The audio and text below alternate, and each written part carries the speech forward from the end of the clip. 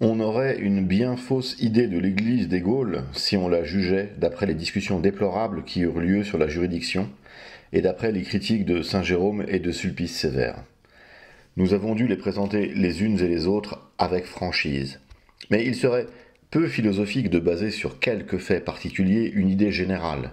Et tout ce qu'on peut en conclure raisonnablement, c'est que même dans les plus beaux siècles de l'Église, il y eut des abus et des scandales. Le clergé n'en fut pas plus exempt que les simples fidèles. C'est une induction qu'à défaut d'autres preuves, on eût pu tirer de la nature de l'homme. Car les membres du clergé, en acceptant la charge redoutable du sacerdoce, ne sont pas gratifiés de la nature angélique. Et de tout temps, la nature de l'homme déchu a été en contradiction avec les lois les plus justes et les plus saintes.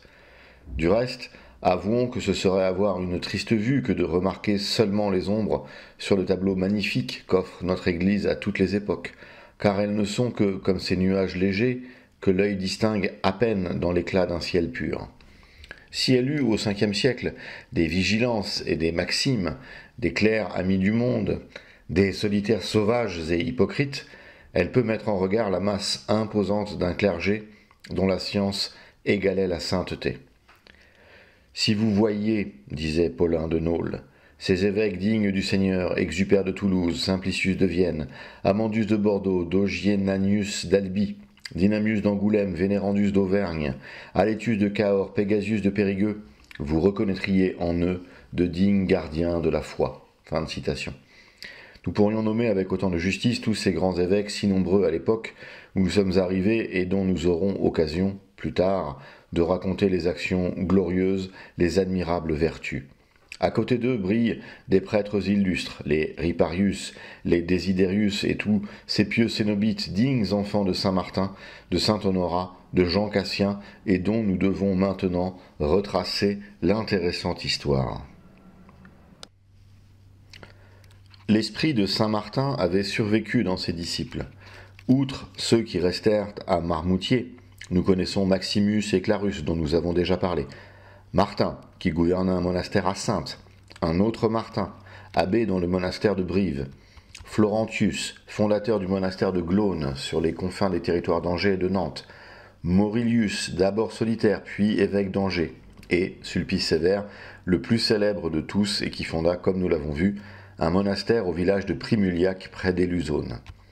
Après la mort de Saint Martin, plusieurs de ses disciples quittèrent Marmoutier et se retirèrent à Primuliac. De ce nombre étaient Evagrius, le prêtre Réfrigérius et Gallus, que Sulpice Sévère aimait tendrement à cause de son mérite et de l'amour qu'avait eu pour lui Saint Martin, leur commun maître. Un jour que les deux amis se promenaient ensemble auprès du monastère, ils rencontrèrent le prêtre Postumianus, qui, depuis 3 ans, avait quitté la Gaule, sa patrie, pour aller visiter les monastères de l'Orient. De retour de son voyage, il accourait à la retraite de ses anciens amis. Sévère et Gallus pleurèrent de joie en l'embrassant et l'entendirent avec bonheur raconter les merveilles dont il avait été témoin. Souvent, pendant le séjour de Postumianus à Primuliac, les deux amis le conduisaient à l'écart et, jetant à terre leur cilice, s'asseyaient auprès de lui et le priaient de leur redire les vertus des anachorètes qu'il avait visités. Sévère eut même la bonne idée de rédiger ses récits et il en composa son premier dialogue sur les vertus des moines de l'Orient.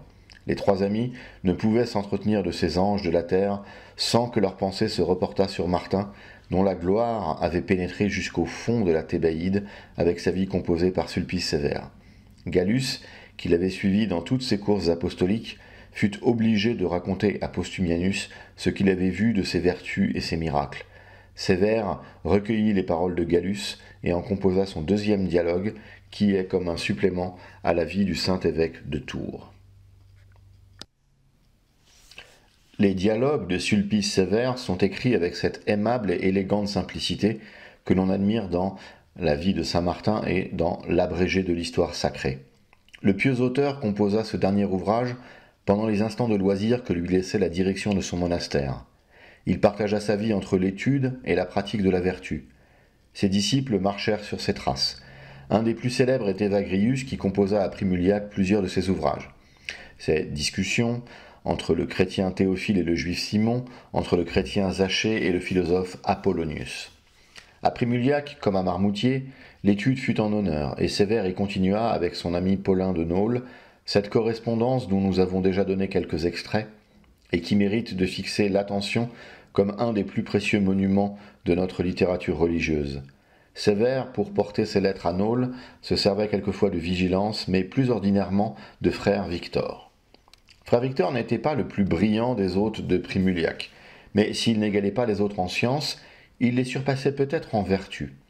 Il fut jugé digne d'être cuisinier du monastère, après avoir été longtemps courrier, mais il faut avouer qu'il s'acquittait de ses nouvelles fonctions avec plus de zèle que de talent. Cependant, Sulpice Sévère, ayant appris que son ami Paulin ne pouvait plus trouver personne pour apprêter la pauvre nourriture de ses moines de Nôle, lui envoya Victor avec la lettre suivante. « Je viens d'apprendre que tous les cuisiniers avaient renoncé à votre cuisine. Je soupçonne qu'ils n'ont pas voulu rabaisser leur art jusqu'à vos vils ragoûts. Je vous envoie donc un jeune homme formé à notre école et assez instruit pour faire cuire la pâle fève, accommoder l'humble bête au jus ou au vinaigre, assaisonner de mauvais ragoûts parfaitement en harmonie avec le palais affamé des moines. Du reste, il ignore entièrement l'usage du poivre et de tout assaisonnement de luxe. En revanche, il fait une grande consommation de cumin et fabrique avec une adresse étonnante un gâteau merveilleux, composé d'herbes odoriférantes. Il faut que je vous avertisse de son grand défaut, c'est qu'il est l'ennemi mortel des jardins. Si vous le laissez faire, il fera un carnage épouvantable de tous les légumes qui lui tomberont sous la main. Vous l'entendrez rarement vous réclamer du bois, mais il brûlera tout ce qu'il pourra trouver. Il s'attaquera même au toit et ravira à la cheminée ses antiques oliveaux. Tel qu'il est, avec ses défauts et ses vertus, je vous l'envoie, plutôt comme un fils que comme un serviteur, car je sais que vous ne rougissez pas d'être le père des plus petits. J'eusse voulu aller vous servir à sa place, j'espère que vous me récompenserez de ma bonne intention en pensant quelquefois à moi. Il est meilleur d'être votre serviteur que le maître des autres, priez pour moi. » Fin de citation. Il faut lire dans saint Paulin la joie avec laquelle il reçut frère Victor, qu'il reconnut bientôt pour un vrai disciple de Clarus, un véritable enfant formé à l'école de Saint-Martin. Il conçut pour lui la vénération la plus profonde, et il avait honte de se laisser servir par cet homme admirable en qui Dieu, disait-il, aimait certainement à faire sa demeure. Frère Victor ne se doutait pas qu'il fût aussi élevé en sainteté, et il s'occupait continuellement des plus humbles fonctions du monastère. Il cumulait celles de barbier avec celles de cuisinier. Mais c'était un cuisinier bien mystique que frère Victor, et il allait puiser ses recettes dans les livres saints et surtout dans les prophètes. Saint Paulin raconte avec esprit toutes ces particularités de la vie de frère Victor à son ami Sulpice Sévère, et nous ne les avons pas crues indignes de l'histoire. Un pauvre frère qui, dans les fonctions les plus humbles, s'élève à la plus sublime vertu. Deux hommes de génie qui l'admirent, le vénèrent et parlent avec une gaieté si franche et si pure de ces vils repas qui remplaçaient pour eux les festins délicieux dont ils eussent pu jouir au milieu du monde. C'est là un tableau qui offre des enseignements plus précieux que le fracas des conquérants et des luttes sanglantes de tous ces tueurs d'hommes qui souillent trop souvent les pages de l'histoire. Paulin et Sévère se faisaient quelquefois de petits présents bien conformes à leur glorieuse pauvreté.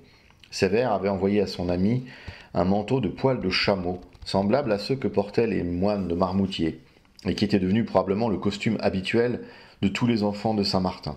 Paulin ne voulut pas se laisser vaincre en générosité. « Ton présent, lui écrivit-il, me convient parfaitement, à moi qui ne suis qu'un vieux pêcheur. En retour, je t'envoie une tunique, qui est un symbole parfait de ton innocence, car elle a été faite de la toison d'un tendre agneau. C'est la pieuse Mélanie qui me l'a donnée. » Fin de citation.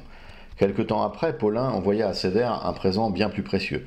C'était un morceau de la vraie croix que sainte Mélanie lui avait donné à son retour de Jérusalem. Sévère le lui avait demandé pour la nouvelle église qu'il venait de faire bâtir auprès de Primuliac. L'ancienne église de Primuliac était devenue trop petite et ne pouvait pas servir à la paroisse et au monastère. Sévère, sans la détruire, en fit élever une plus grande et plus belle, et construisit entre les deux un baptistère qui devait être commun à l'une et à l'autre et qu'il décora magnifiquement. Il y mit le portrait de saint Martin, son cher maître. Il désirait bien y mettre aussi celui de son ami Paulin, qu'il regardait avec raison comme un saint. Il se hasarda donc à le lui demander. « Sévère, mon cher maître, lui répondit Paulin, je crois vraiment que ton amitié pour moi t'a ôté la raison. Que puis-je répondre à la demande que tu me fais de me faire peindre et de t'envoyer mon portrait ? Quel portrait veux-tu que je t'envoie? Celui de l'homme terrestre ou celui de l'homme spirituel? Tu ne peux désirer que celui de l'homme spirituel, car je sais que tu n'apprécies pas d'autres traits que ceux que le roi du ciel aime à contempler en toi. Or, comment me faire peindre lorsque l'image divine est salie en moi par la corruption terrestre? J'en suis tout honteux. Je rougis de me peindre tel que je suis, et je ne voudrais pas me peindre tel que je ne suis pas. » Fin de citation. Malgré le refus de Paulin, Sévère parvint, on ne sait par quel moyen, à avoir ses traits, le fit peindre sur le mur, vis-à-vis du portrait de Saint-Martin, et n'eut rien de plus pressé que d'en avertir son ami. Il lui demandait en même temps des inscriptions pour sa basilique, son baptistère et l'autel qu'il faisait construire sur le tombeau de Saint Clarus, ce disciple de Saint Martin que Sévère vit monter au ciel en même temps que son saint maître, et dont il fit transporter les reliques à Primuliac. Paulin lui répondit: « Si je n'étais persuadé, mon cher Sévère, que c'est par un trop vif sentiment d'amitié pour moi que tu m'as fait peindre, je t'accuserais d'avoir voulu te moquer de moi. Vraiment, tu me donnes un ridicule en me plaçant vis-à-vis de Martin. Puisque tu veux mettre une inscription dans ton baptistère, je tiens à ce que tu y mettes celle-ci. Vous qui avez l'âme et le corps purifiés par ce bain salutaire, jetez les yeux sur les deux modèles qui vous sont proposés. C'est Martin, le modèle de la vie parfaite, et Paulin, qui ne peut vous apprendre qu'à demander pardon. Pécheurs, regardez Paulin. Pour vous, juste, c'est sur Martin qu'il faut jeter les yeux. Martin est le modèle des saints, Paulin n'est que celui des coupables. » Fin de citation. Paulin, pour satisfaire les pieux désirs de son ami, lui envoya les inscriptions qu'il avait composées pour les basiliques qu'il avait fait bâtir lui-même en Italie. Il en composa aussi de nouvelles pour l'oratoire du bienheureux Clarus et pour la basilique de Primuliac. Elles offrent toutes le plus grand intérêt sous les rapports dogmatiques et liturgiques. Nous citerons celle qu'il fit pour l'autel principal de l'église de Primuliac. Ces autels vénérables cachent la mystérieuse alliance des martyrs et de la Sainte Croix. C'est là qu'est le témoignage de tout ce qu'a fait le Christ pour le salut du monde. Là qu'on trouve la croix, le corps, le sang, le Dieu même du martyr. Là, Dieu tient en réserve tous ses dons. Avec le Christ, on y trouve l'Esprit et le Père, et le martyr y est uni à la croix. Cette croix à laquelle les saints ont rendu témoignage et qui a enfanté aux hommes la nourriture de vie, et ces couronnes qui embellissent les fronts des saints de Dieu. C'est sur cette croix qu'a été fixée cette chair que je mange. C'est d'elle qu'a coulé le sang que je bois, qui me donne la vie et purifie mon cœur. Ô Christ, accorde tes dons à Sévère, qu'il soit toujours le martyr de la croix, qu'il vive de ta chair, que ton sang soit son breuvage, qu'il vive et agisse toujours dans ton verbe, que par ta grâce il aille un jour où il a vu monter Martin et son cher Clarus. » Fin de citation. Jusqu'à la mort de Paulin, en 434, Sévère entretint avec lui sa pieuse correspondance, et on peut croire qu'il pleura bien amèrement la perte d'un ami si tendre et si vertueux. Il lui survécut peu de temps. Étant parvenu à un âge très avancé, il se laissa séduire par les Pélagiens, mais il en conçut une douleur si profonde qu'il se condamna à un perpétuel silence et alla faire pénitence à Marmoutier, dans la cellule de Saint-Martin où il resta 5 ans. Il mourut peu de temps après, en odeur de sainteté. Sulpice Sévère fut un des hommes les plus remarquables de l'église des Gaules au Ve siècle. Tous ses ouvrages sont écrits avec un charme et une élégance qui les faisaient rechercher avec une avidité extraordinaire. Sa vie de Saint-Martin et ses dialogues durent puissamment contribuer à l'extension que prit alors l'esprit monastique dans les Gaules. Saint-Martin avait donné l'impulsion et créé une école dont Sulpice Sévère accéléra les progrès et qui ne fut pas éclipsée par celle de Lérins et de Saint-Victor de Marseille, qui exercèrent pourtant une si prodigieuse influence sur l'église des Gaules. Le célèbre monastère de Lérins fut fondé par saint Honorat, 20 ans environ après Marmoutier. Honorat naquit aux environs de Toul et appartenait à une famille noble. Quoique son père fût païen, il se sentit dès son enfance de l'attrait pour la religion, reçut le baptême et conçut bientôt la résolution de se donner tout entier à Dieu. Son père s'en aperçut et ne négligea rien pour lui faire abandonner son projet. Il l'entraîna au milieu de tous les plaisirs du monde, mais Honorat n'était pas fait pour des choses aussi futiles, et souvent il se disait à lui-même « Cette vie mondaine qu'on veut me faire embrasser est capable d'éblouir, mais son éclat est trompeur. En réalité, tout ce qui est dans le monde n'est que vanité, car le monde passe et avec lui s'envolent ses plaisirs. Celui qui fait la volonté de Dieu est le seul qui participe à son immutabilité et demeure éternellement. Arrachons-nous à ces liens, tandis qu'il ne nous sert pas encore. On dénoue trop difficilement ce qui est lié depuis longtemps. Que d'autres se passionnent, s'ils le veulent, pour l'or et l'argent, ceux qui les possèdent en sont les esclaves. Moi, je ne veux qu'une chose, n'être pas l'esclave des richesses. Mon bonheur à moi, ce sera de travailler à mon salut, mon espérance, ce sera le Seigneur, ma volupté, la vertu, mon trésor, Jésus-Christ. » Fin de citation. Pénétreux de ses pensées, dit son historien Hilaire, il se charge du joug de Jésus-Christ et secoue celui de cette liberté qui est le suprême degré de l'esclavage. Il coupe sa longue chevelure, l'éclat de ses habits passe tout entier dans son âme et il se revêt d'étoffes grossières. Sa figure, autrefois si belle, si aimable, devient pâle et pleine de gravité. Il changea tellement que son père se mit à le pleurer comme s'il eût été mort. Son corps était en effet mort en lui, mais l'âme était pleine de vie. Venantius, frère aîné d'Honora, fut touché de ces exemples et essaya de l'imiter. Une sainte lutte s'établit entre eux. C'était à qui aurait la piété la plus vive, prendrait la nourriture la plus grossière, userait des vêtements les plus rudes, à qui parlerait plus rarement, prierait plus souvent, se lèverait plus tôt, ferait les plus grands progrès dans la vertu et surtout dans la pratique de l'humilité. Tout le monde admirait leur sainte vie, et plus ils s'efforçaient de se cacher, plus était brillant l'éclat qu'ils jetaient au loin. Ils s'effrayèrent de la gloire que leur méritait cette vie angélique, qui n'était qu'abstinence, chasteté, douceur, science et charité, et ils résolurent de fuir devant la persécution des honneurs qu'ils ne pouvaient plus éviter. Au moment de quitter leur patrie, leur famille, que d'assauts à soutenir, que de larmes, que de prières. Mais ils ne fléchirent pas. Ils distribuèrent leurs biens aux pauvres, qui reçurent leurs aumônes en versant des larmes, et, vrais enfants d'Abraham, ils quittèrent leur pays et la maison de leur père. Pour ôter à leur démarche toute apparence de légèreté, ils prirent pour guide spirituel un saint prêtre nommé Capratius et se rendirent sous sa conduite à Marseille avec l'intention de s'y embarquer pour l'Orient. Ils voulaient visiter les lieux habités par les saints et s'édifier de leurs exemples. L'évêque de Marseille voulut retenir Honora. Les larmes et les prières du pieux jeune homme le préservèrent de ce qu'il regardait comme un nouveau danger, et il se hâta de s'embarquer pour la Grèce. Arrivé à Métone, sur le rivage de l'Achaïe, il y perdit son frère, Venantius. Ce malheur lui fit changer de résolution, et au lieu de continuer son voyage en Orient, il se remit en route pour la Gaule. Aborda en Italie, suivit le littoral et s'arrêta à Lérins, île sauvage, peuplée d'affreux reptiles. La solitude de cette petite île et la proximité de la cité de Fréjus, qu'habitait le saint évêque Léontius, le décidèrent à y fixer sa demeure. Les reptiles ne l'effrayèrent point, car il avait confiance dans ces paroles de l'Écriture. Tu marcheras sur l'aspic et sur le basilic, tu fouleras aux pieds le lion et le dragon, je vous ai donné le pouvoir de marcher sur les serpents et les scorpions. Il entra donc à Lérins avec Capratius et quelques autres compagnons désireux de leur perfection, et dont il ranima le courage. Il y plaça, dit Hilaire, comme le camp de Dieu, et ce désert inhabité auparavant par les hommes devint la demeure des anges. Honora s'y était enseveli pour fuir les honneurs. Ils vinrent l'y trouver, et il fut élevé au sacerdoce par saint Léontius. Mais devenu prêtre, il conserva toujours l'humilité d'un moine. Par ses soins, on vit s'élever une église, et se grouper autour des cellules nombreuses, que vinrent habiter ceux qui désiraient servir parfaitement Jésus-Christ. C'est ainsi que se forma son monastère. Quel pays, quelle nation n'y eut pas des enfants ? Honora savait adoucir les mœurs les plus sauvages, et bien souvent, il changea les bêtes féroces en douces colombes.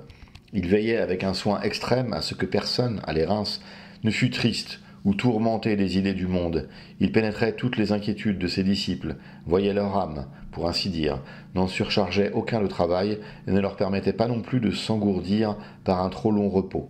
Il connaissait, comme par un instinct surnaturel, les forces spirituelles et physiques de ses enfants et se faisait le serviteur de tous pour l'amour de Jésus-Christ. On ne comprend pas comment il pouvait suffire seul à toutes ses occupations. Il était toujours souffrant et cependant il jeûnait et veillait comme les plus forts. Il visitait les malades avec une grande exactitude et on peut dire que, parmi eux, plusieurs l'étaient moins que lui. Il leur procurait tous les soulagements spirituels et corporels, cherchait à rendre à tous ses disciples le joug de Jésus-Christ doux et léger, à les prémunir contre les embûches du démon, à rappeler dans leurs âmes troublées la sérénité et la paix, à leur inspirer l'amour de Dieu et du prochain, à entretenir leur ferveur première. Honora, dit Hilaire, voyait avec bonheur tous ses frères, si différents de langage et de nation, partager le même désir de servir Dieu et la même affection pour lui. Tous, ils l'appelaient leur maître et leur père, et prenait part à ses douleurs s'il le voyait souffrir. L'illustre et bienheureux prêtre Salvien, un de ses amis, avait bien raison de dire que comme le soleil donne au ciel son éclat lorsqu'il brille sur l'horizon, et le lui retire lorsqu'il disparaît, ainsi la sainte congrégation de Lérins, tout occupée des choses du ciel, recevait d'Honorat la sérénité qui disparaissait lorsqu'il était souffrant. C'est sous son influence qu'elle jouissait de la force et de la vigueur spirituelle. Une vertu qui brillait dans Honorat, au milieu de toutes les autres, c'était sa charité pour les étrangers. Souvent le navigateur se détournait de sa route pour venir à Lérins. Dans son désir de voir le saint homme, il oubliait ses intérêts, comptait pour peu les espérances d'une navigation heureuse et les vents favorables. S'il ne pouvait parvenir à le voir, il était mécontent de son voyage, quelque heureux qu'il eût été. Tous ceux qui venaient voir l'abbé de Lérins trouvaient trop court le temps qu'il passait auprès de lui. Il savait donner des charmes à son pauvre désert, et recevait tout le monde avec cet empressement, cette joie qu'on témoigne à de vieux amis longtemps attendus. Il subvenait aux dépenses occasionnées par ses visites au moyen des aumônes qu'on lui confiait. Chacun déposait, sans défiance, les dons de sa charité entre les mains de celui qui, suivant les conseils de l'Évangile, avait vendu tous ses biens et en avait distribué le prix aux pauvres. Quoique sa sainte famille s'accrût tous les jours, il ne conçut jamais d'inquiétude. Pour les siens, comme pour lui, il ne voulait que le vêtement et la nourriture quotidienne. Plusieurs fois, il se vit sans ressources et ne perdit pas confiance. Un jour, entre autres, il ne lui restait plus qu'une pièce d'or.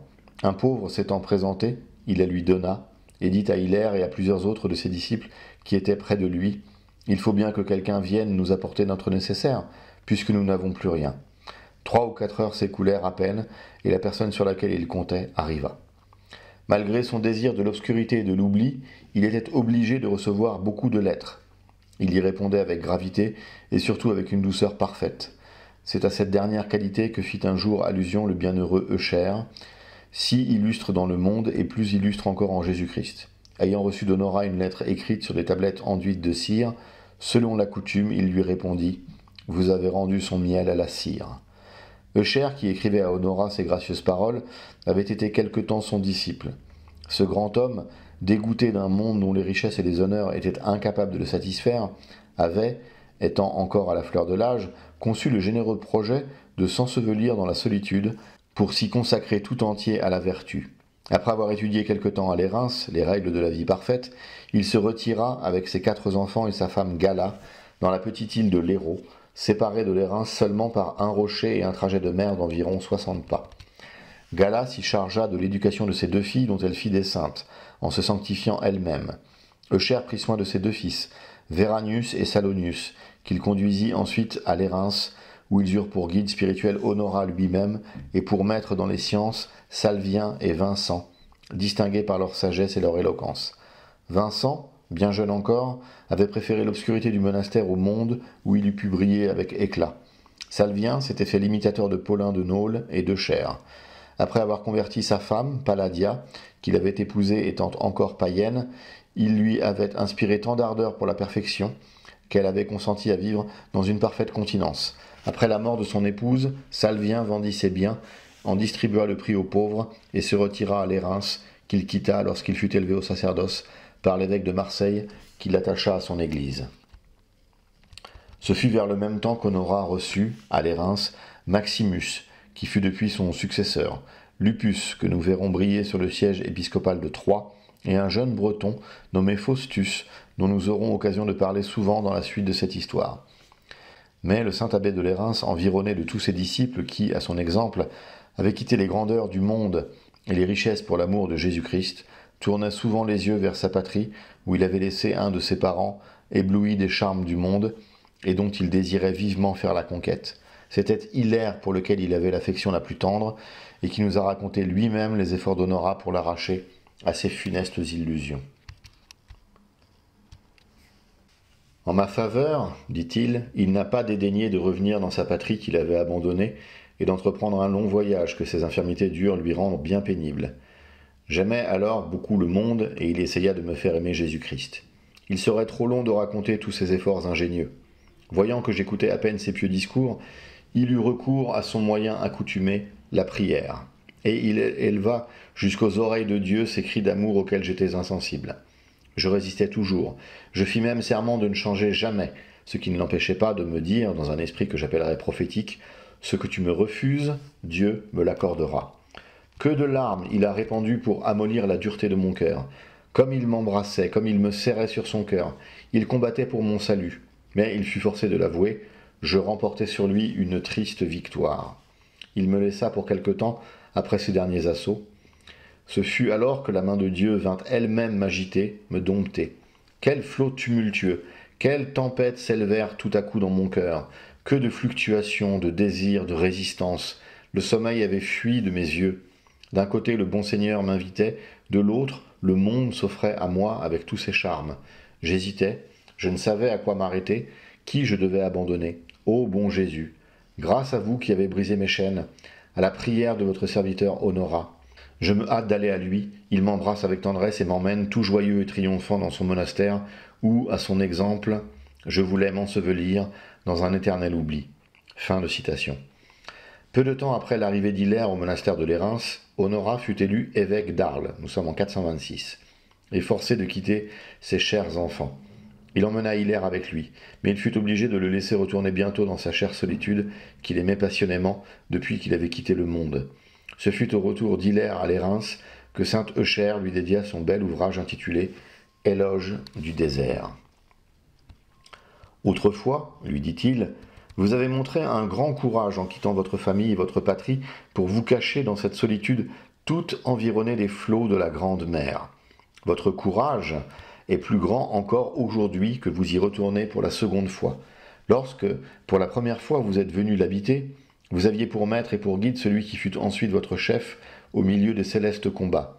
Pour le suivre, vous avez quitté vos parents, mais en lui, vous possédiez un père. Maintenant, vous le quittez lui-même après l'avoir suivi au milieu des honneurs du pontificat, et c'est l'amour de la solitude qui vous y ramène. Vous donnez donc aujourd'hui un plus noble, un plus généreux exemple. Pour parvenir au désert, vous étiez accompagné d'un frère. Pour y revenir, vous quittez même un père. Et quel père! Toujours, vous avez eu pour lui l'amour le plus vif, qu'il a toujours payé de l'affection la plus tendre. Rien, pour vous, n'est au-dessus de l'amour que vous avez pour lui, si ce n'est l'amour de la solitude. C'est à juste titre que vous lui donnez la préférence, car cet amour de la solitude est-il autre chose en vous que l'amour de Dieu? C'est en vue de votre progrès spirituel qu'Honora ne s'est pas opposée à votre résolution de revenir au désert. Je crois même, chose bien rare entre amis unis si étroitement, qu'il n'a pas été moins empressé de vous laisser partir que vous de vous mettre en chemin. Il vous aime tendrement, mais avant tout il veut votre bien, et son affection pour vous, si vraie, si sincère, a atteint le suprême degré en ne recherchant que ce qui vous était utile. Ô vous qui avez répandu vos biens dans le sein des pauvres du Christ et n'avez gardé que le Christ pour richesse, vous qui, jeune encore, possédez les vertus d'un vieillard, vous en qui brille le génie et l'éloquence, ce n'est pas tout cela que j'admire le plus en vous, c'est votre ardeur pour la solitude. Fin de citation.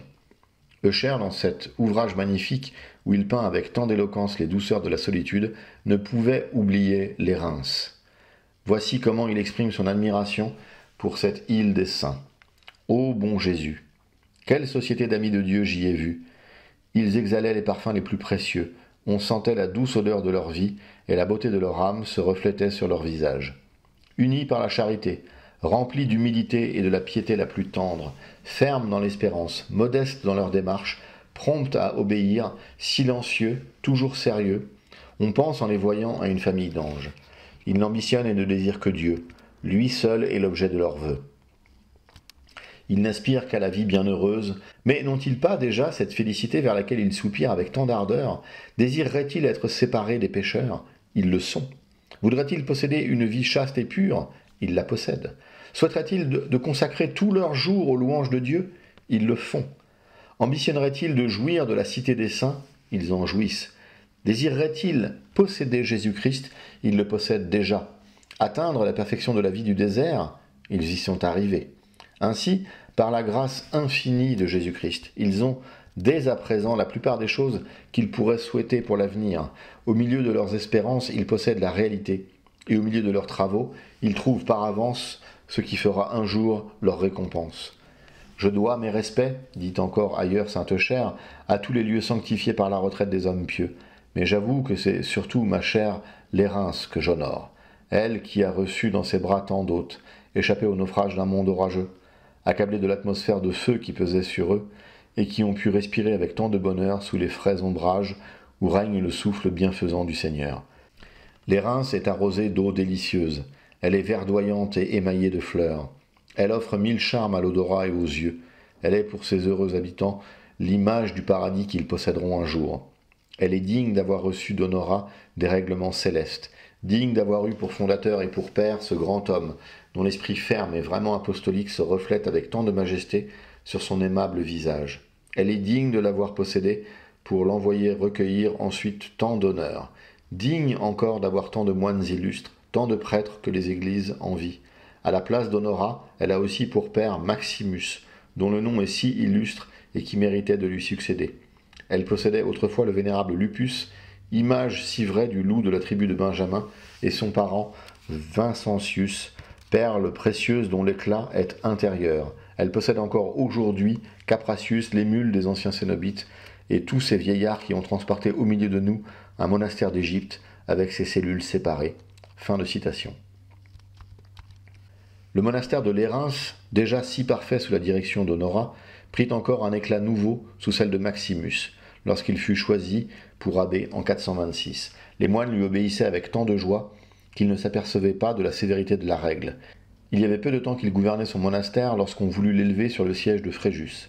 Il fut saisi d'épouvante à la vue du fardeau de l'épiscopat, et tout tremblant, s'enfuit dans les lieux les plus sauvages de l'île, suivi d'un seul de ses disciples, Faustus, qui l'aimait tendrement et qui nous apprend que son maître, sans asile, privé du plus petit abri, eut à supporter pendant 3 jours et 3 nuits une pluie violente. Croyant enfin n'avoir plus rien à redouter, il revint à son monastère. On avait en effet élevé sur le siège de Fréjus un abbé des îles Staëcades nommé Théodore. Mais celui de Riez étant devenu vacant, il fut encore élu. Il s'enfuit de nouveau au fond des déserts, où on fut obligé de l'aller chercher pour l'ordonner évêque. Son cher Faustus fut élu abbé de l'Érins, il était destiné à le remplacer aussi sur le siège de Riez. Saint Honorin avait alors quitté la terre, en 429, après avoir été dans l'épiscopat comme dans son monastère, un modèle de toutes les vertus. À peine fut-il évêque qu'il travailla avec ardeur à étouffer les dissensions nées des intrigues qui avaient eu lieu au moment de son élection. La paix une fois rétablie, il se donna tout entier à la pratique de la charité. C'était sa grande vertu. Et le bienheureux Eucher disait que si la charité se faisait peindre, elle emprunterait les traits d'Honorat. Il bannit tout gain injuste de sa maison, comme de celle du Seigneur, dépensa en aumône l'argent amassé par ses prédécesseurs, et rendit ainsi ses trésors utiles aux défunts qui les avaient légués. Il ne réserva que ce qui était nécessaire à l'Église, au besoin, il ne l'eut pas même épargné. Jusqu'à la fin, il ne cessa de travailler, et il prêcha encore le jour de l'Épiphanie. Jusqu'à ses derniers moments, son esprit conserva toute sa vigueur, et il cherchait à consoler ceux qui étaient auprès de lui, et versait des larmes. Hilaire avait quitté l'Érins dès qu'il avait appris la maladie d'Honorat. Voyant, dit-il, que je ne pouvais retenir mes sanglots, il me dit « Pourquoi pleurer cette inévitable nécessité qui pèse sur l'homme ? Mon passage te surprend-il ? Pour moi, je t'assure qu'il me trouve tout près. » Fin de citation. Le préfet et tous les dignitaires de la cité étant venus lui faire visite, « Vous voyez, leur dit-il, comme nous habitons une maison fragile. Si haut que nous soyons montés pendant la vie, nous en sommes précipités par la mort. Les honneurs et les richesses n'en garantissent personne, elles frappent également les justes et les pécheurs, les grands et les petits.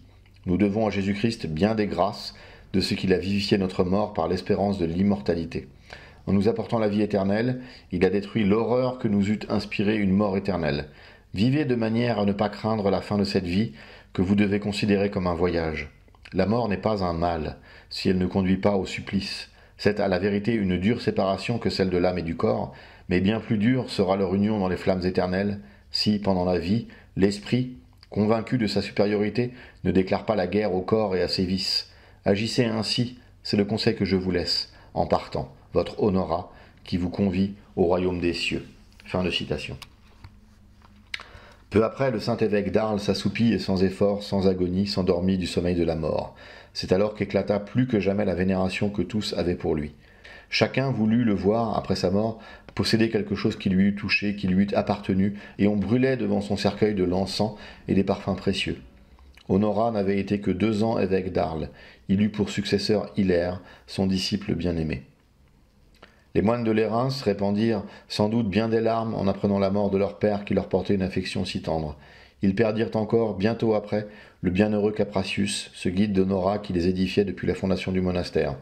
Hilaire d'Arles, Maximus de Riez et Théodore de Fréjus, ayant appris la maladie de cet homme vénérable, se rendirent en toute hâte à Lérins. Hilaire surtout avait pour Capratius la plus grande vénération, et en arrivant, il se jeta à ses pieds pour recevoir sa bénédiction. Capratius mourut entre les bras de ces pieux évêques qui prouvèrent pendant leur séjour à Lérins que les honneurs de l'épiscopat ne leur avaient pas fait oublier les humbles vertus qu'ils avaient cultivées dans la solitude. Peu jaloux des prérogatives auxquelles ils avaient tant de droit, ils s'effacèrent devant l'abbé Faustus, qui fut obligé de garder au milieu d'eux la place d'honneur et ne put échapper au témoignage du respect qu'ils avaient pour lui. Faustus en était digne, à cause de ces éminentes vertus auxquelles il sut allier une science vaste et profonde. Il avait surtout une grande connaissance de la philosophie, qu'il savait revêtir d'un style plein d'élégance. Sous ce rapport, il n'avait d'émule à Lérins que le célèbre Vincent, dont nous devons analyser maintenant l'admirable ouvrage intitulé Commonitorium, ou Avertissement contre les hérétiques. Vincent, dit Génade, était gaulois de nation et prêtre dans le monastère de l'île de Lérins. C'était un homme savant dans les saintes écritures et les dogmes de l'Église. Il composa pour renverser les systèmes des hérétiques un livre très fort, d'un style net et clair, qu'il intitula Avertissement d'un pèlerin contre les hérétiques. Ayant perdu une grande partie du second livre, qui lui fut enlevé furtivement, il en fit un résumé qu'il joignit au premier livre. C'est en cet état que nous possédons encore aujourd'hui le Commonitorium de Saint Vincent de Lérins. Ouvrage peu étendu mais profond et digne d'être placé à côté des prescriptions de Tertullien. Vincent, comme l'illustre prêtre de Carthage, y développe ses considérations générales qui frappent également toutes les sectes, qui les sapent par la base. Il approfondit la raison de la foi catholique, développe la règle qu'on doit suivre et qu'on a toujours suivie dans l'Église pour distinguer l'erreur de la vérité, déplore avec la plus haute éloquence les écarts de l'intelligence humaine, voulant s'affranchir des lumières de la foi et roulant dans l'abîme de l'erreur. Quelques passages du livre de Vincent nous feront apprécier l'état florissant de la littérature et de la philosophie chrétienne au Ve siècle. Il commence par ce préambule édifiant. L'Écriture nous donne cet avis. Interroge tes pères et ils te parleront, tes ancêtres et ils te répondront. Mon fils, prête l'oreille aux paroles des hommes sages. Mon fils, n'oublie pas ces discours et conserve mes paroles dans ton cœur. Il m'a donc semblé, à moi, pauvre pèlerin en ce monde, et le plus petit des serviteurs de Dieu, il m'a semblé qu'il me serait très utile d'écrire, avec l'aide du Seigneur, ce que j'ai appris dans les livres des saints-pères. Ce travail est bien nécessaire à ma faiblesse, et en le relisant souvent, je suppléerai à mon peu de mémoire. Non seulement l'utilité que je tirerai de ce livre me détermine à l'entreprendre, mais aussi la pensée du temps qui s'envole avec rapidité, et la facilité que me procure la solitude où j'ai fixé ma demeure, le temps. Il emporte si vite toutes les choses humaines. Ne devons-nous pas lui ravir quelques-uns de ces instants afin de les utiliser pour la vie éternelle ? Aujourd'hui surtout que le jugement de Dieu qui approche demande de nous plus de zèle, et que l'artificieuse subtilité des nouveaux hérétiques nous impose l'obligation d'avoir plus de soin et de vigilance. Où trouverais-je plus de facilité pour écrire que dans ce village où n'arrive jamais le bruit des cités, que dans ce monastère, cette silencieuse demeure où l'on se trouve dans l'état que veut le psalmiste. Placez-vous à l'écart et voyez que je suis le Seigneur. C'est un avantage de la vie nouvelle que j'ai embrassé. Quelque temps je fus ballotté au milieu des tourbillons tristes et changeants de la vie du monde, mais enfin, par l'inspiration du Christ, je me suis réfugié dans le port de la religion qui offre à tous un si sûr asile. Là, j'ai déposé les inspirations de la vanité et de l'orgueil, je cherche à me rendre Dieu favorable par le sacrifice de l'humilité et à éviter non seulement le naufrage de la vie présente, mais aussi les feux du siècle futur. Voici comment Vincent expose la raison de la foi catholique. Souvent, et avec zèle et sollicitude, j'ai demandé à des hommes éminents en science et en sainteté comment je pourrais, à l'aide d'une règle générale, distinguer la vérité de la foi catholique des erreurs de l'hérésie. Tous m'ont répondu que si, moi ou tout autre, voulions découvrir les pièges des hérétiques, éviter les erreurs et conserver notre foi pure et dans toute son intégrité, il fallait, avec l'aide du Seigneur, affermir notre croyance de deux manières. D'abord par l'autorité de la loi divine, ensuite par la tradition de l'Église catholique. Quelqu'un me dira peut-être, puisque la règle des Écritures est parfaite et qu'elle est par elle-même plus que suffisante, pourquoi y joindre l'autorité de l'intelligence de l'Église. Parce que l'Écriture, à cause de sa profondeur, ne peut être interprétée par tous d'une manière identique. Ces paroles sont diversement entendues par les uns et par les autres, au point qu'on peut dire « autant d'hommes, autant de sentiments ». Autre est l'interprétation de Novatien, autre celle de Photin, de Sabellius, de Donat, d'Arius, de Nomius, de Macédonius, d'Apollinaris, de Priscillien, de Jovinien, de Pélage, de Célestius et enfin de Nestorius. Il est donc absolument nécessaire, à cause de ces graves et nombreuses erreurs, d'interpréter les livres prophétiques et apostoliques selon le sens ecclésiastique et catholique. Et dans l'Église catholique elle-même, on doit avoir un soin extrême de ne s'attacher qu'à ce qui a été cru en tout lieu, toujours et par tous. C'est là, en effet, la seule règle qu'il soit raisonnable de suivre dans l'examen des vérités chrétiennes. La seule qui soit en rapport avec la nature du christianisme. Les dogmes chrétiens nous ayant été donnés par Dieu lui-même, on ne peut évidemment, dans le doute, que se faire cette question de fait. Tel dogme a-t-il été révélé de Dieu ? On ne peut résoudre cette question que par le témoignage des Saintes Écritures qui contiennent la parole divine ou par le témoignage universel et permanent de l'Église. Quand à l'aide d'un tel témoignage nous suivons un dogme jusqu'aux temps apostoliques, nous devons nécessairement conclure qu'il a toujours été regardé dans la société chrétienne comme révélé et qu'elle l'a reçu de son divin fondateur. Après avoir clairement exposé que le témoignage de l'Écriture sainte interprété suivant la tradition catholique est la raison de notre foi et la seule règle à suivre pour ne pas tomber dans l'erreur, Vincent démontre que toujours dans l'Église, on a suivi cette règle, dans la condamnation des hérétiques. Il fait voir l'autorité de l'Église, n'inventant aucun nouveau dogme, gardant scrupuleusement le dépôt que lui a confié Jésus-Christ, se contentant de définir clairement sa foi, de formuler la croyance universelle. Il la surprend à l'œuvre dans la condamnation de Donat, d'Arius et des rebaptisants, et prouve qu'en dehors de la règle catholique, on ne peut que tomber dans l'erreur. La science même ne peut en garantir. Ainsi, Nestorius, Photin, Apollinaris, le vainqueur de Porphyre, étaient des hommes remarquables et sont pourtant devenus hérétiques. Ainsi, Tertullien et Origène, deux puissants génies, ont perdu l'antique foi parce qu'ils se sont éloignés de la tradition catholique. L'exemple de ces grands hommes qui ont erré ne doit pas être pour nous une tentation. Dieu a permis, ajoute Vincent, qu'ils se soient trompés pour nous faire comprendre combien nous devons être fidèles à cette règle, en dehors de laquelle il n'y a qu'hésitation et erreur. Appuyés sur elle, les vrais chrétiens sont en paix, sont fermes en Jésus-Christ. Les autres, au contraire, ressemblent à des pailles légères, emportées au gré des vents. Que leur état est déplorable, s'écrie Vincent. Quels soucis, quelle tempête les agite. Tantôt poussés au gré du vent impétueux de l'erreur, tantôt refoulés sur eux-mêmes, ils se choquent et se brisent comme des vagues opposées. Aujourd'hui, avec une téméraire et étrange présomption, ils adoptent des choses incertaines. Demain, sous l'impression d'une folle défiance, ils refusent de croire ce qu'il y a de plus certain. Ils ne savent pas où marcher, par quel chemin revenir, ce qu'ils doivent chercher ou fuir, admettre ou rejeter. Ce malheur d'un cœur qui doute et hésite entre la vérité et l'erreur doit être, pour eux, un remède de la divine miséricorde s'ils ont un peu de sagesse. Si, en dehors du port assuré de la foi catholique, ils sont agités, bouleversés, presque engloutis par les orages de leurs pensées, c'est afin qu'ils abaissent les voiles de l'orgueil qu'ils avaient imprudemment déployés au vent des nouveautés, qu'ils se réfugient dans l'asile assuré que leur offre leur bonne et douce mère, qu'ils vomissent les flots troubles et amers de l'erreur, pour boire les eaux vives et pures de la vérité. C'est afin qu'ils désapprennent bien ce qu'ils avaient mal appris et que dans la doctrine de l'Église, ils se contentent de comprendre ce qui peut être compris et croient ce qui passe l'intelligence.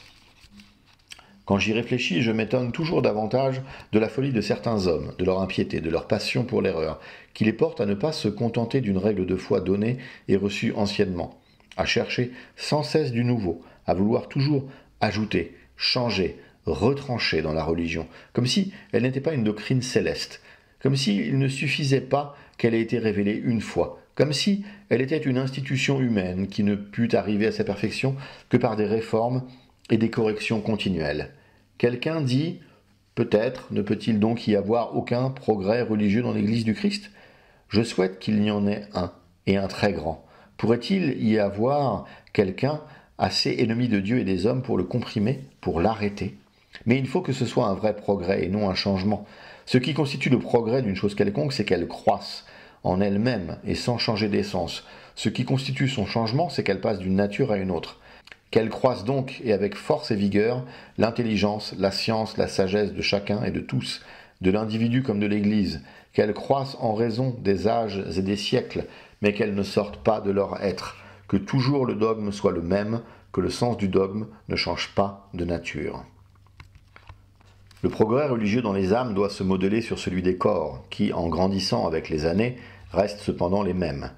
Il y a une différence immense entre la fleur de la jeunesse et la maturité de la vieillesse. Cependant, ceux qui aujourd'hui sont des vieillards sont les mêmes qui furent jadis adolescents, et le même homme, en changeant d'état et de manière d'être, conserve toujours sa même nature, reste la même personne. Que la religion suive ces mêmes lois de progrès, qu'avec les années elle devienne plus forte, qu'elle se développe avec le temps, qu'elle grandisse avec l'âge, mais qu'elle se maintienne pure et sans tache, qu'elle reste en pleine et parfaite possession de toutes ses parties, qui sont comme ses membres et ses sens, qu'elle ne souffre aucun changement, ne perde rien de sa nature, ne subisse aucune variation dans sa doctrine. Nos pères ont semé dans l'Église le pur froment de la foi, que la culture donne à cette semence une nouvelle beauté, mais n'en changeons pas l'espèce, que les rosiers du sens catholique ne deviennent pas des ronces et des épines, que jamais dans ce paradis spirituel l'ivraie et les plantes vénéneuses ne sortent des racines du baume et du cynanome. Ce qui a été semé par nos pères, il faut le cultiver, l'entretenir, il faut que, par nos soins, il fleurisse, croisse et arrive à sa maturité. Il est permis de soigner, de polir, de limer avec le temps ces dogmes antiques d'une philosophie qui nous est venue du ciel, mais il est défendu de les changer, de les tronquer, de les mutiler, qu'on les entoure d'évidence, de lumière, de clarté, mais qu'ils gardent leur plénitude, leur intégrité, leur essence. Si une fois on se permet une fraude impie, je frémis du péril que courra la religion. Une partie quelconque du dogme catholique rejeté, et on en rejettera une autre, puis une autre, et encore une autre. Ce sera bientôt chose licite et habituelle. Or, en rejetant les unes après les autres toutes les parties, où arrivera-t-on enfin à rejeter le tout? D'un autre côté, si aux dogmes anciens on mêle des opinions nouvelles, aux choses sacrées des choses profanes, on comprend que de toute nécessité s'établira la coutume générale de ne rien laisser dans l'Église d'intact, d'inviolable, d'intègre et de pur. On n'aura plus qu'un cloaque d'erreurs honteuses et impies au lieu d'un sanctuaire de chaste et pure vérité. L'Église du Christ, gardienne vigilante et soigneuse des dogmes qui lui ont été confiés, n'y change rien, n'en retranche rien, n'y ajoute rien. Elle ne tronque pas les choses nécessaires, n'en introduit pas de superflu, elle ne laisse rien perdre de ce qui est à elle et n'usurpe rien d'autrui. Elle met toute son industrie à conserver avec sagesse les choses anciennes, à façonner et polir ce qui fut autrefois commencé, ébauché, à consolider et affermir ce qui fut exprimé, éclairci, à garder ce qui fut confirmé et défini. Quel fut le but de ces efforts dans les conciles? De faire croire plus fermement ce qui auparavant était prêché plus paisiblement, de faire vénérer avec plus de soin ce qui était déjà l'objet d'une vénération non contestée. L'unique but que l'Église, troublée par les nouveautés hérétiques, s'est proposé dans les décrets de ses conciles, a été de transmettre par écrit à la postérité ce qu'elle avait reçu des anciens par la seule tradition, en renfermant beaucoup de choses en peu de mots, et désignant sous un nom nouveau une vérité qui n'était pas nouvelle, et cela pour aider l'intelligence. Fin de citation.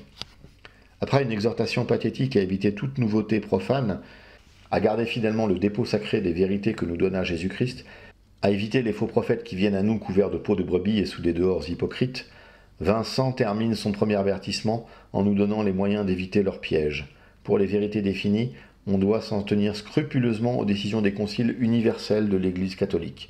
Pour les questions non encore définies, aux sentiments communs des pères qui sont morts dans la foi.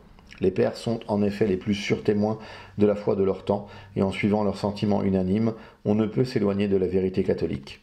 Dans le second avertissement, dont nous n'avons plus qu'un résumé, Vincent avait pour but de démontrer que l'Église, dans la condamnation de Nestorius à Éphèse, avait suivi la règle 2 fois expliquée dans le premier avertissement. On ne possède de saint Vincent de Lérins que l'ouvrage dont nous venons d'offrir l'analyse. Il suffit pour lui donner place parmi les plus grands théologiens et les plus forts apologistes de l'Église. Personne n'a mieux expliqué que lui les bases de la foi et la nature des dogmes catholiques. Il les distingue parfaitement de toutes ces opinions qui sont le fruit de la raison humaine et parlant, soumises aux lois d'un progrès indéfini, les vérités révélées, au contraire, sont un dépôt divin que l'homme ne peut faire progresser. L'esprit de l'homme seul progresse dans la connaissance qu'il en acquiert, il peut les démontrer avec plus de force, les environnaient de plus de lumière, mais, malgré ses efforts, il ne lui est pas possible de les épuiser. À mesure qu'il les approfondit, il les voit s'élargir. Elles se présentent à lui plus belles, plus sublimes. La raison en est simple. Les dogmes révélés sont l'expression de l'infini. Ils sont par conséquent au-dessus de tous les progrès possibles de l'intelligence humaine. Vincent revêt ces importantes vérités d'un style clair et précis. Il écrit avec une élégance parfaite. C'est du reste un avantage que partagent avec lui Hilaire, Faustus, tous les écrivains du monastère de Lérins, où l'on cultivait en même temps les sciences, la littérature et la vertu.